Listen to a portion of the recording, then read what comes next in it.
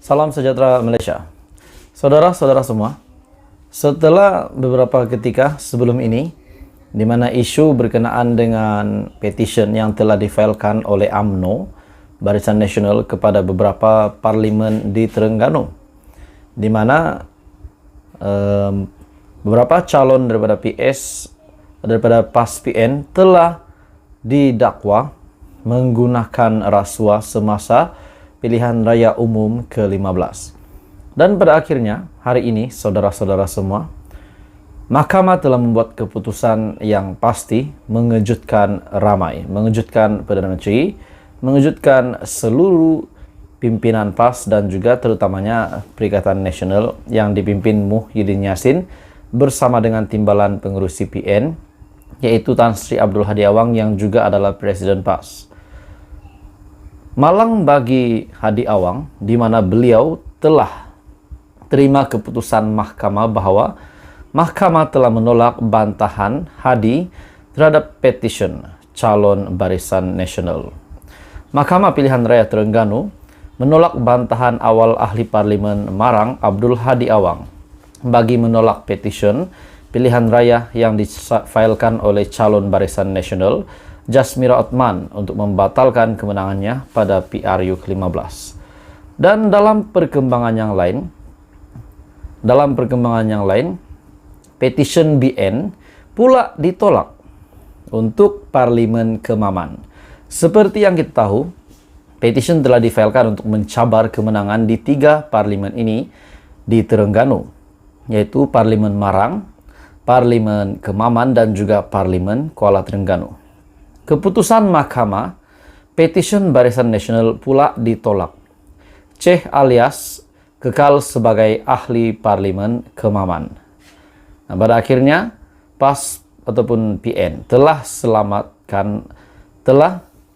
dapat selamatkan satu ahli parlimen daripada Parlimen Kemaman.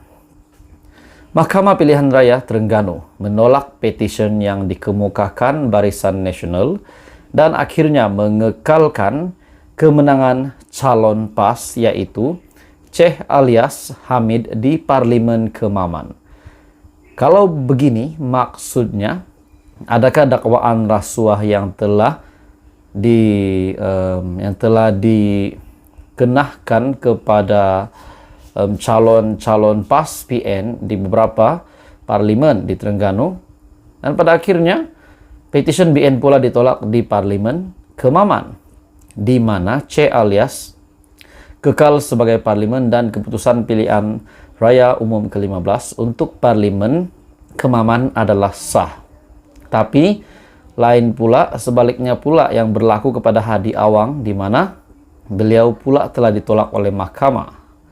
Setiausaha Lajnah Undang-Undang dan Hak Asasi PAS Pusat Ahmad Lufti Awang dalam kenyataan telah berkata, Hakim Datuk Muhammad Abbas Zafri Muhammad Abbas turut memerintahkan pempetition Wan Muhammad Hisham Wan Abdul Jalil untuk membayar kos sebanyak RM30,000 kepada Syekh alias. Beliau juga berkata, pada prosiding yang diadakan secara dalam talian menerusi aplikasi Zoom, Muhammad Abbas Zafri memberitahu mahkamah bersetuju dengan salah satu daripada 4 isu bantahan awal yang dikemukakan peguam bela mewakili Ceh alias berkaitan fakta yang dipelidkan untuk menyokong dakwaan sogokan dan rasuah pilihan raya yang terkandung dalam petition sebagai cacat, defektif, dan tidak sah. Namun bagaimana pula dengan nasib Hadi Awang yang telah ditolak? Jadi saudara-saudara semua, ini satu keputusan mahkamah yang bagi saya ini pasti mengejutkan. Apa komen Anda? Teruskan bersama di dalam channel ini untuk perkembangan politik yang seterusnya. Jangan lupa tekan butang like, share, dan subscribe. Hai semua, salam sejahtera Malaysia. Tuan-tuan dan puan-puan, saudara-saudara semua yang saya amat hormati dan kasihi semua, satu pendedahan terkini daripada Istana Negara yang di Pertuan Agong telah mengemukakan satu pendedahan yang bagi saya ini pasti mengejutkan ramai, terutamanya semua bekas Perdana Menteri dan juga kepada Perdana Menteri hari ini, yaitu Datuk Seri Anwar Ibrahim. Ini pasti satu pendedahan yang mengejutkan ramai pemimpin-pemimpin ahli politik di Malaysia. Kenapa saya cakap bekas Perdana Menteri yang akan terkejut?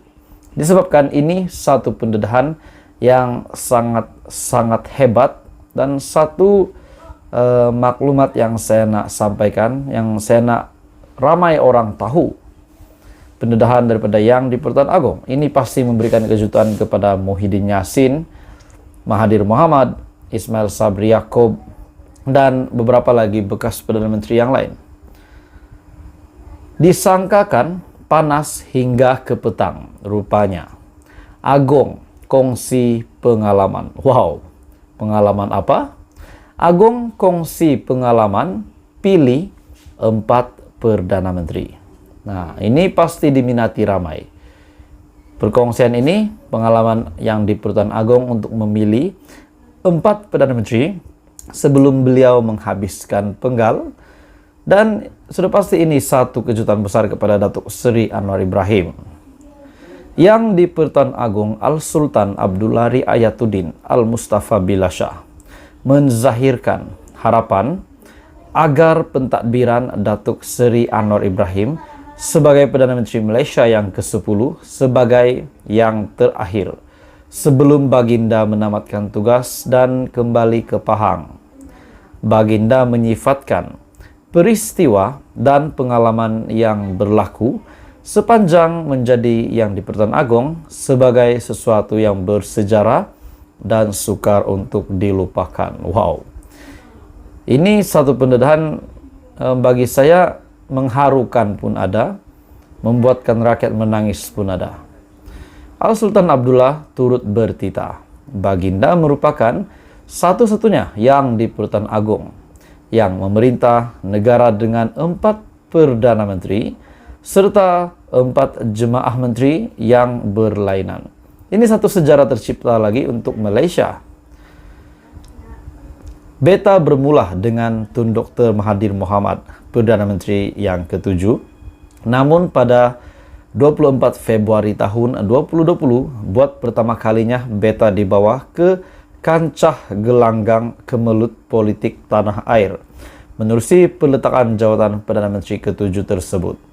Selaras dengan kuasa budi bicara yang diberikan kepada beta oleh Perlembagaan Persekutuan, beta selanjutnya mendapati Tan Sri Muhyiddin telah mendapat kepercayaan majoriti untuk dilantik sebagai Perdana Menteri ke-8 pada 1 Mac 2020. Disangkakan panas hingga ke petang, rupanya hujan di tengah hari. Perdana Menteri Malaysia yang ke-8 juga telah meletakkan jawatan pada 16 Ogos 2021. Makanya, beta sekali lagi terpaksa menggalas amanah yang berat untuk memilih dan juga melantik Perdana Menteri yang baru.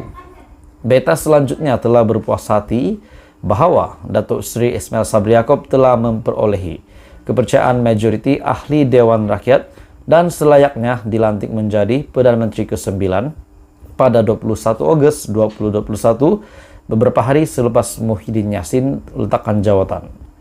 Al-Sultan Abdullah kemudiannya memaklumkan tidak berapa lama kemudian. Ismail Sabri pula memohon perkenan pembubaran parlimen bagi memberi laluan kepada pilihan raya umum ke-15. Namun katanya setelah selesai PRU ke-15, buat pertama kalinya dalam sejarah, Malaysia berhadapan dengan situasi parlimen tergantung. Makanya sekali lagi amanah berat untuk memilih dan melantik seorang Perdana Menteri terpaksa digalas oleh beta. Pada 24 November yang lepas, beta telah berkenan untuk melantik yang amat berhormat Datuk Seri Anwar Ibrahim sebagai Perdana Menteri Malaysia yang ke-10. Sebelum beta berangkat pulang ke Pahang, beta berharap Perdana Menteri ke-10 adalah yang terakhir buat beta. Itu adalah titah Baginda. Saudara-saudara semua, ini satu kejutan, satu pengalaman yang bagi saya sangat-sangat hebat. Jadi ramai rakyat Malaysia, terutamanya anak muda, perlu mengetahui tentang ini. Saudara-saudara semua, teruskan bersama di dalam channel ini. Jangan lupa tekan butang like, share, dan subscribe.